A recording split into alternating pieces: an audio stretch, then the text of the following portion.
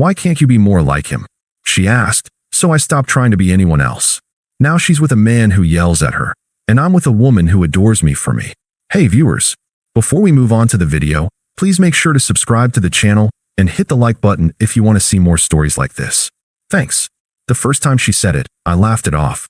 We were at a friend's party, and Jake, Sarah's husband, was holding court by the grill, flipping burgers with one hand and gesturing wildly with the other about some massive deal he'd just closed. Chloe nudged me with her elbow, her eyes fixed on him. God, look at him. He just has this energy, you know? Sarah says he's up for another huge promotion. Liam, when are you going to get a promotion? She said it with a smile, a playful glint in her eye. I squeezed her shoulder and kissed her temple. I'm pretty happy where I'm at, babe. Good team, decent hours. Let's me be here with you. She hummed, a non-committal sound, and her eyes drifted back to Jake. I know. It's just, he's so driven. I should have heard the warning bell. But I loved her. I thought it was just a throwaway comment. It wasn't. The comparisons became a low, constant hum in the background of our relationship, the soundtrack to a life she was increasingly dissatisfied with. It was never a direct attack, always a sideways glance, a sigh of longing, a why can't we disguised as casual observation. We'd be watching a movie, and a character would drive a stupidly expensive car. That's the kind of car Jake drives. Must be nice to not have to worry about your transmission giving out. She'd pat my leg, a gesture that was supposed to be affectionate, but felt like pity. I'd spend a Saturday building her the floating shelves she'd wanted for the balcony, my hands smudged with dirt from repotting her plants afterward. She'd come home, glance at my work, and say, "Oh, Sarah's place is being professionally decorated." Jake told her money was no object. It's going to be in a magazine, I think. My acts of service, the things I thought showed love, were being measured against Jake's wallet and found wanting. I started feeling like I was in a race against a ghost, a specter of success I had no idea how to beat because the finish line kept moving. But our anniversary was coming up. For years, I was determined to make it perfect, to show her that our life, our version of success, was something to be cherished. I didn't book a trip to Bali. I didn't buy a diamond necklace. I planned us a night that was us. I booked our favorite table at Il Tramonto, the little family-owned Italian place where we'd had our first date. The walls were a warm terracotta, the candles dripped wax onto old Chianti bottles, and the owner, Giovanni, knew us by name. I ordered her favorite wine, the ridiculously overpriced Cabernet we discovered on a trip to Napa, a trip I'd saved 6 months for. I was nervous. I felt like I was trying to defuse a bomb with kindness. I saw her walk in, and my breath caught. She looked beautiful. She was wearing a new dress, something sleek and expensive looking. For a moment, hope flared. She'd made an effort. Maybe she felt it too, the importance of this night. She sat down, gave the restaurant a quick, appraising glance, and offered me a tight smile. "You look amazing," I said, pouring the wine. "Thanks. This place is cozy as ever." The word cozy landed with a thud. It sounded like small. We made still conversation through the appetizers. She scrolled through her phone more than she looked at me. Then her face lit up in a way it hadn't all night. It wasn't for me. "Oh my God," she said, turning the screen to show me. It was an Instagram post from Sarah. A glossy, filtered photo of a diamond necklace laid out on a velvet box. The caption, "Just because nights are the best nights." Gemstone couldn't ask for a better man. Hashtag Jake the Great, hashtag spoiled rotten. "Look at that," Chloe said, her voice dripping with a wistfulness that felt like a physical blow. "Sarah showed me that earlier. Jake just gave it to her. For no reason. Just because." I took a slow breath, trying to keep my voice light. "That's a lot of diamonds."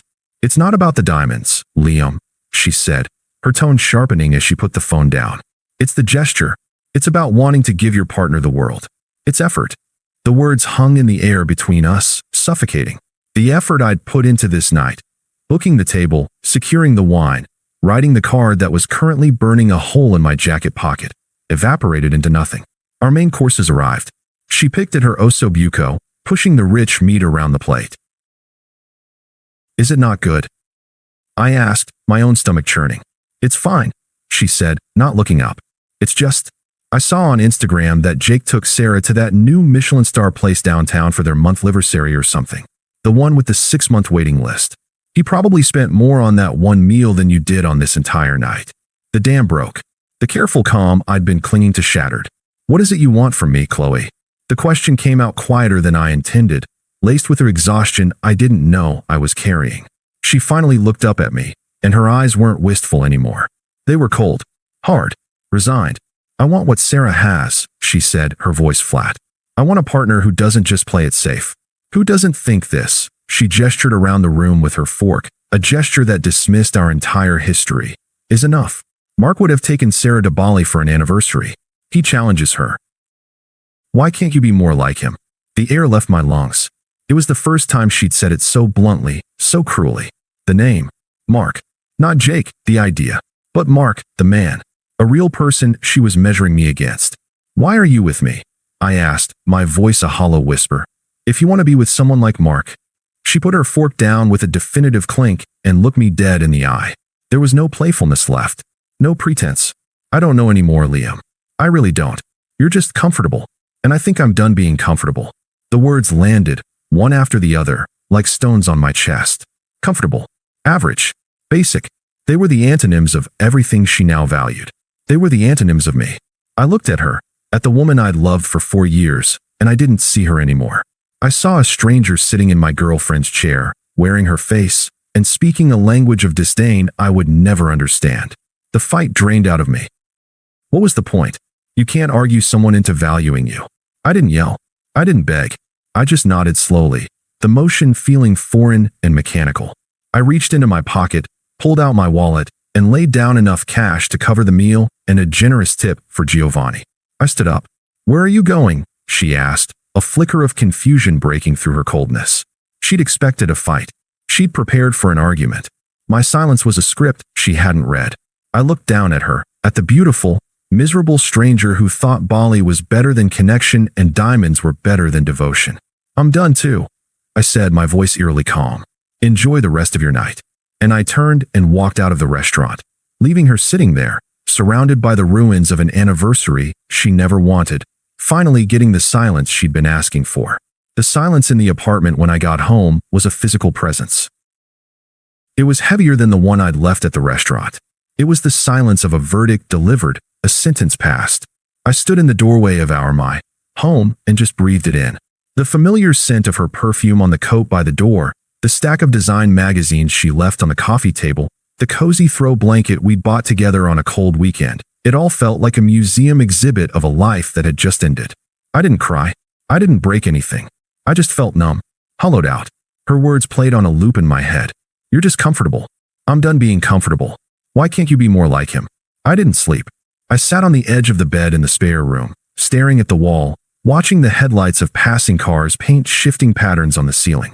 The numbness began to recede around 4 a.m., replaced by a cold, clarifying certainty. She had shown me exactly who she was. It was time to believe her. She didn't come home that night. I wasn't surprised. I pictured her going to Sarah's, spinning a tale of our fight, of how I'd abandoned her at the restaurant, leaving out the part where she'd emotionally eviscerated me over the osso buco. She'd be the victim. I was always the steady, reliable one until she needed me to be the villain to justify her unhappiness. The next day, I called in sick to work.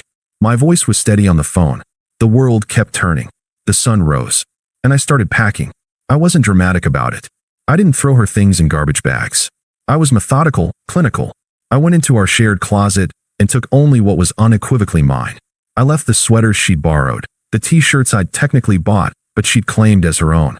I took my toothbrush, my shaving kit. I boxed up my books, my laptop, the few pieces of art that were mine from before we'd met.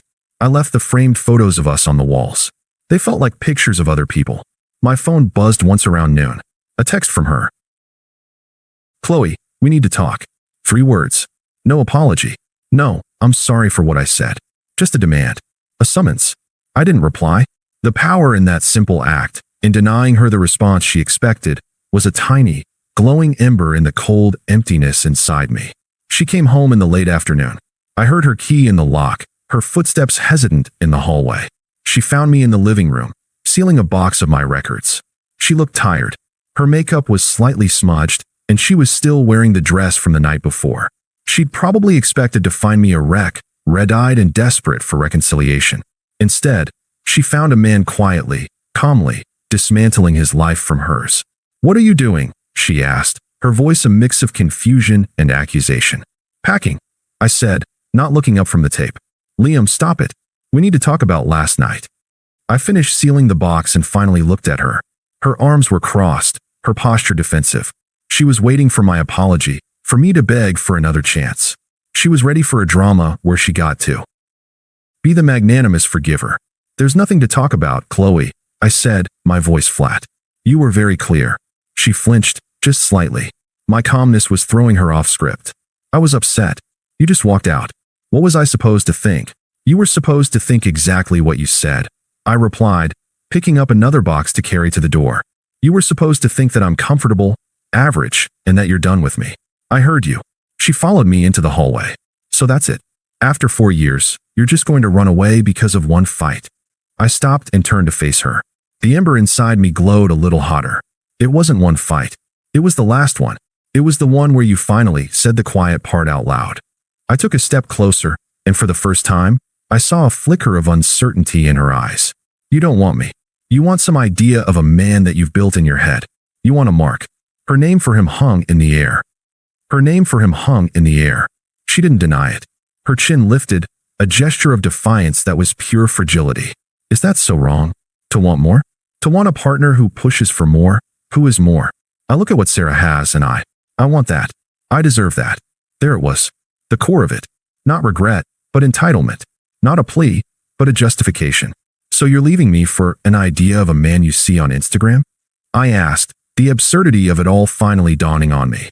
"Don't be pathetic," she snapped, her mask of wounded pride slipping to reveal the contempt beneath. "I'm leaving you for a chance at a better life. A real life. You'll never be able to give me that. You're just safe. And I'm done playing it safe." The words should have hurt. An hour ago, they would have. But now, they just were. They were facts about her, not judgments about me. She was a tourist in our relationship, and she'd finally decided the scenery wasn't glamorous enough. I looked at this woman I had loved, truly and completely, and I felt nothing but a vast, echoing silence. The love was gone. The pain was receding. All that was left was the certainty of my next move. I nodded slowly. "Okay." Her eyes widened. "Okay. What does that mean, okay?" "It means okay," I said, my voice quiet but final. "You're done. So am I." I turned my back on her, walked to the door, and picked up the 2 boxes I'd packed. My duffel bag was already by the door. It held everything I needed to start over.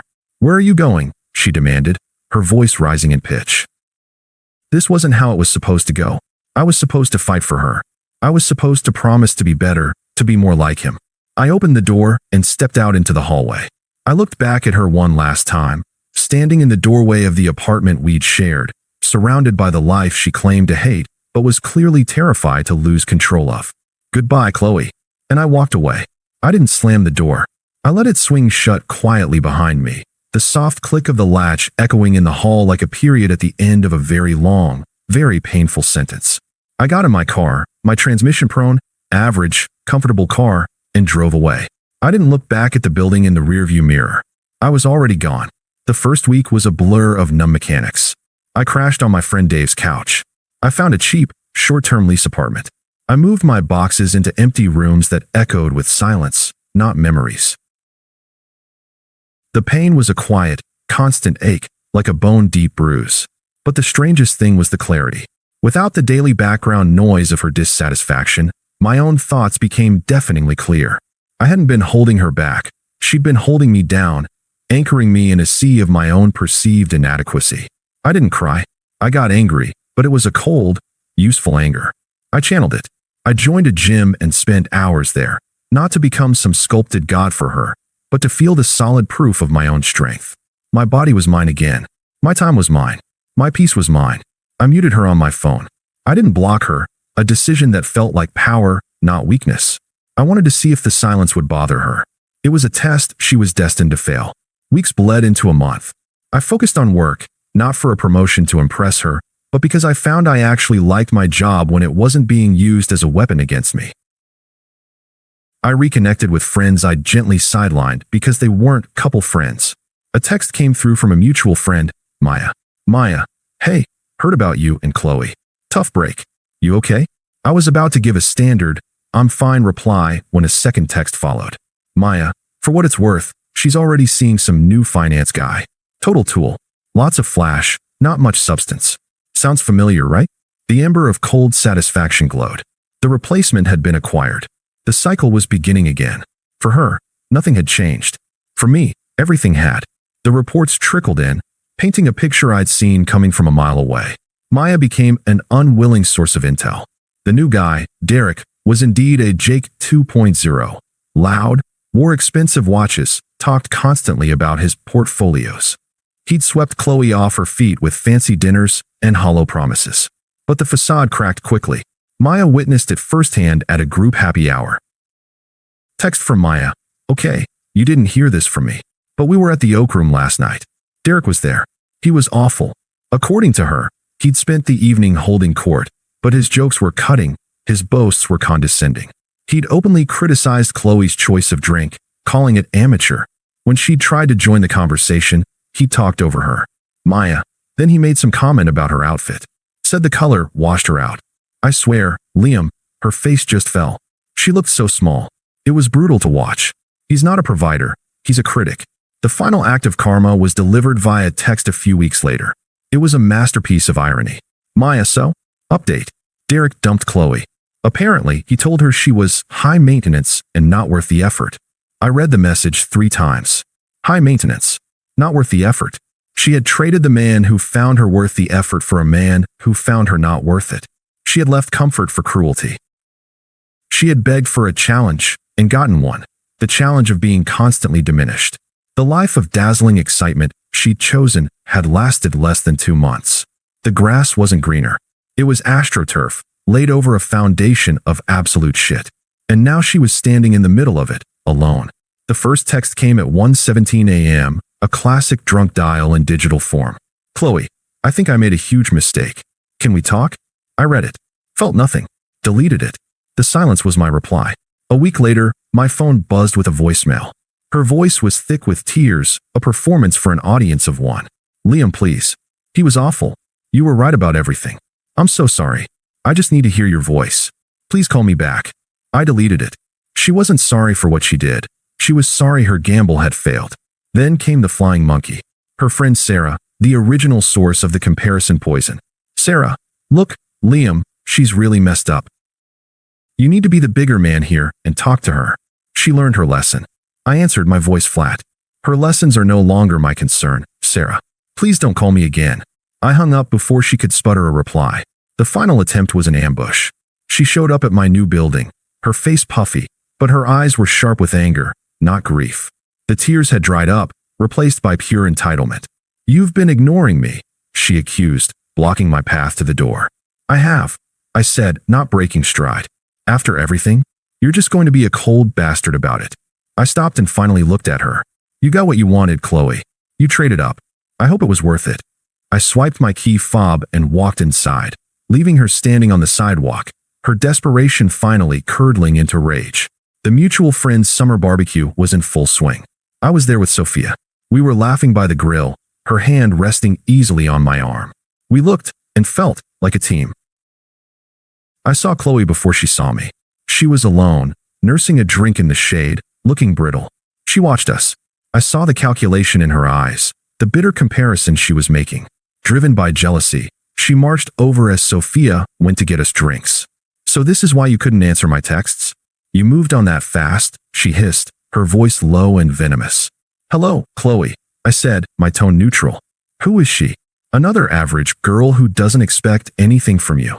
I glanced over at Sophia, who was smiling as she chatted with a friend. A genuine, easy smile. She's someone who doesn't ask me to be like anyone else. Chloe's face contorted. You think you're so happy? This is just you settling because you couldn't handle a real woman. Sophia returned then, sensing the tension. She stood beside me, a calm, solid presence. She didn't say a word, just offered a polite, questioning look. I looked from Chloe's angry, miserable face to Sophia's kind, confident one. The contrast was the entire story. I turned back to Chloe, my voice calm and utterly final. I'm not settling. I'm finally seen. Excuse us. I put my arm around Sophia, and we walked away. I didn't look back. I didn't need to. The silence that followed us wasn't empty. It was full of the life I'd built, a life where her approval meant absolutely nothing. Thanks for watching. Make sure to subscribe to the channel and hit the like button. What do you think about this story? Share it in the comments.